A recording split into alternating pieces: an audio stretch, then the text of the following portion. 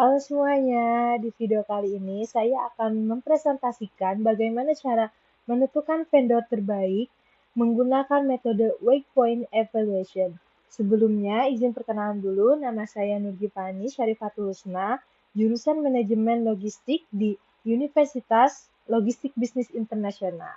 Oke, sebelumnya, Waypoint Evaluation adalah metode penilaian atau evaluasi di mana setiap kriteria diberi bobot atau kepentingan yang berbeda dalam menentukan skor akhir.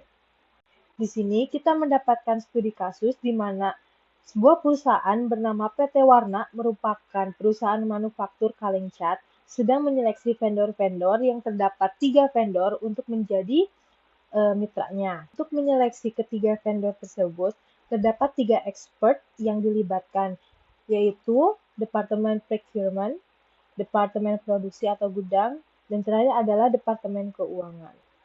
Terdapat kriteria dan juga subkriteria untuk menentukan skor yang nantinya akan digunakan untuk penilaian menyeleksi suatu vendor. Di sisi kriteria ada 4, yaitu yang pertama produk dengan subkriterianya itu quality, uniformity, price, warranty, and packing. Yang kedua yaitu company dengan subkriteria financial strength, location, management, labor relation, and capacity. Dan yang ketiga adalah service. Yang subkriterianya adalah delivery on time, reject amount, handling complaint, technical support, dan emergency support. Dan terakhir yaitu di sales personnel yang terdiri dari subkriterianya yaitu knowledge, sales calls, and sales service. Dapat kita lihat di sini, tiap kriteria dan subkriteria memiliki weight atau nilai yang berbeda-beda. Untuk yang di kriteria produk ini terdapat 50%, dengan subkriterianya dari quality sampai packing itu 15%, 10%, 15%, 5%, dan juga 5%. Untuk company, weight-nya sebesar 20% dengan subkriteria 5%, 4%, 3%, 3%, dan 5%. Selanjutnya yaitu di service, terdapat 24% dengan subkriteria terdiri dari 8%, 5%, 4%, 4%, dan 3%. Dan terakhir yaitu sales personnel, terdapat 6% sebagai nilai weight-nya, dan subkriterianya adalah 3%, 1%, dan 2%. Di sini kita menentukan tiap skor yang dengan penilaian 1 sampai 5. Yang mana itu mewakilkan 5 adalah excellent, 4 adalah good, 3 adalah fair, 2 adalah poor, 1 adalah bad.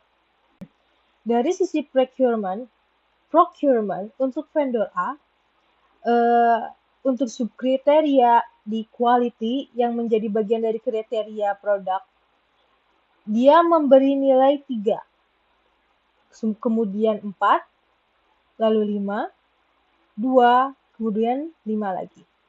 Dari sini kita hitung di mana skor dikalikan dengan weight, yang nantinya akan muncullah totalan.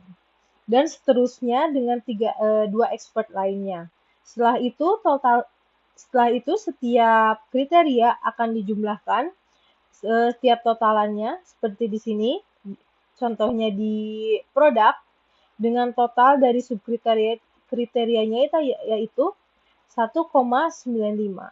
Nanti akan dijumlahkan dengan dari sisi production, dari expert production 1,6, kemudian dijumlahkan kembali 1,2 dengan total 4,75. Begitu seterusnya dengan kriteria yang lain sehingga diperoleh 4,75, 1,85, 2,56, dan terakhir 0,68. Untuk mendapatkan suatu nilai dari vendor tersebut, totalan skor yang tadi sudah dijumlahkan kembali dan diperolehlah untuk vendor A sebesar 9,84. Begitu seterusnya dengan vendor B, yang mana di vendor B terdapat mendapat nilai 8,64 dan terakhir vendor C mendapat skor senilai 9,7. Dari sini kita sudah bisa menyimpulkan di mana vendor terbaik yang bisa dipilih oleh PT Warna tersebut, yaitu vendor A dengan skor 9,84. Nah, jika dibuat sebuah diagram batang, beginilah bentuk dari perbandingan setiap vendor, di mana vendor A lebih unggul daripada vendor yang lain, terutama vendor C, yang mana hanya mendapatkan nilai 8,64. Mungkin cukup sekian dari saya, mohon maaf jika banyak kesalahan karena saya masih tahap belajar. Sampai jumpa di video selanjutnya. Dadah!